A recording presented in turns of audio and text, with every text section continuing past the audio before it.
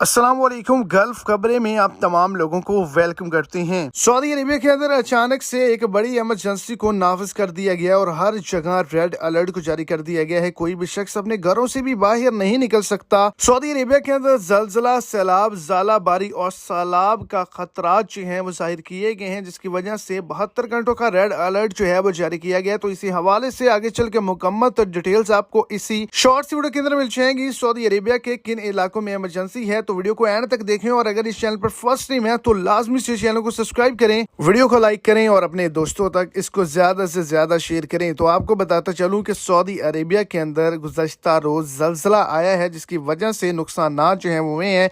दूसरे नंबर पर ज़ाला बारी का खतरा है और तीसरे नंबर पर रेड अलर्ट इसलिए जारी किया गया है कि सऊदी अरेबिया के मुख्तलिफ इलाकों के अंदर जो है वो शदीद सैलाबी सूरत हाल बनने वाली है। बहुत ही ज्यादा बारिशें हो रही हैं, जिसकी वजह से इमरजेंसी नाफिज की गई है।